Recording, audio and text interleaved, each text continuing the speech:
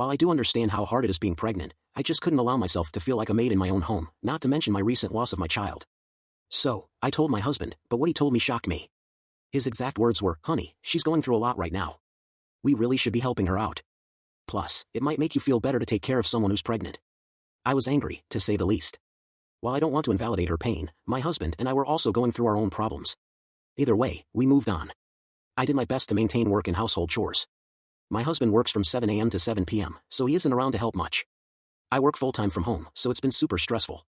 When I even tried to ask for help from my sister-in-law, she always made excuses. The one thing that pushed me over the edge was when I went out to buy my own food that I had actually enjoyed eating after my miscarriage. I wrote my name on it and directly asked my sister-in-law not to eat it. Well, I went to my fridge to get it, and I saw she had eaten it.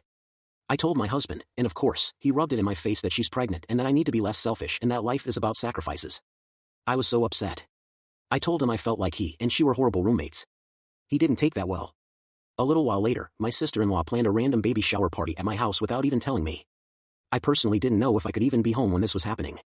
I felt so hurt that she wouldn't talk to me, knowing everything that has happened and that she would just invite random strangers into another person's home before asking. My husband urged me to go, telling me it would permanently affect my and her relationship, so I told him I'd go. About halfway through the party, my husband and sister-in-law announced that they wanted to show the nursery to everyone. I was confused. Nursery? She was staying that long? What room did she turn into a nursery? They told everyone to head upstairs. That's when it hit me. They were talking about my nursery for my baby I had just lost. A wave of emotions hit me when I saw everyone in my baby's nursery, telling her what a good job they did setting it up. My setup for my baby that my body failed to give me. I just lost it. I started sobbing, and then that sadness turned into pure rage. I started yelling at my sister-in-law, telling her she's the foulest human for putting me through everything she has for the last few months, making me feel like I was a maid or an object for her convenience. Through choked-up tears, I turned to my husband, whose jaw was on the floor. I turned my head to see his entire family just staring at me. I lost it again, yelling. I looked at my sister-in-law, telling her, "How dare you use my nursery for my baby? How dare you think you have the right?" What she told me made me fall to my knees, sobbing. "It's not my fault you couldn't produce a child. Why let this go to waste?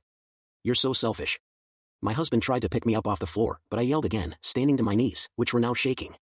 I told him to pick between me and her. He had a dumbfounded look on his face. I yelled again, "Pick me or her." He couldn't even muster up anything to say.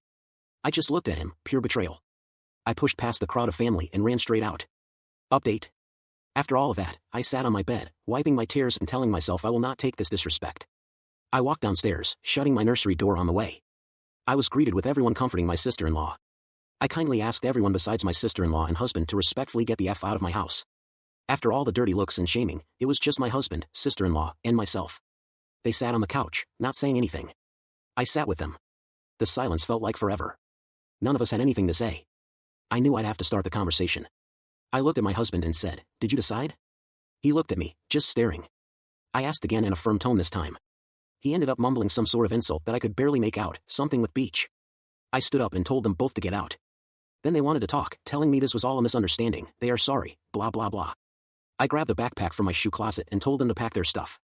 My sister-in-law told me I couldn't just make her leave and that I was a horrible person. I laughed in her face and told her this is my house, and I can do whatever I want. My husband stood next to me and told her it was only for a little while. I turned to him and said, "Oh, you too. Get out." He got all mad and told me we were a married couple and that this isn't how marriage works. I told him, "No, it is not. Marriage is where two people support each other and not treat their wife like crap." They both ended up leaving after many insults towards me. Oh, but wait, it's not over. This morning, as I was getting ready for a Zoom meeting with a few other coworkers, my husband showed up. I let him in, telling him to get whatever he needed and to go because I had to work. He started apologizing and telling me he wants to make it right. I told him I just needed time away from him. Then he threw this in my face, "Well, it's not my fault you lost our children. Maybe this would have never happened. My sister was right, you are selfish." I have never, ever made my husband feel like he cannot grieve with me over this, never made him feel less than because of his pain. I turned around and slapped him in the face. I never condone violence, and I'm very upset I would ever do that to another human, but I just couldn't deal with this. He took a step back and then threw all of my makeup on the floor. Then he started breaking all of my decor in my bathroom. I yelled at him to stop and that I was sorry, but he just kept going, even going as far as punching a hole in my bathroom wall. It was like I was seeing all of his bottled up emotions from our children's deaths come out, but he went too far when he tried to grab me and started yelling in my face. I kicked him off and told him to get the F out. He walked out of the bathroom, and I watched him break a few more items as he left. The second he left, I had a panic attack looking at the mess he made and even just seeing how much he hid his pain.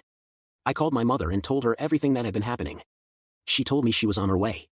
The second she got here, I just broke down, and she held me. Then she stood up and started taking pictures of everything he broke. I asked her what she was doing, and she turned to me and said, "We're suing this piece of crap." I honestly didn't even argue. I was so hurt by everything my husband did to me. My mom packed up my computer, and I grabbed a few outfits. My mom and I drove to a hotel, and she insisted on staying with me while I finished up work. My mom called a locksmith and my attorney. I will be divorcing him as well.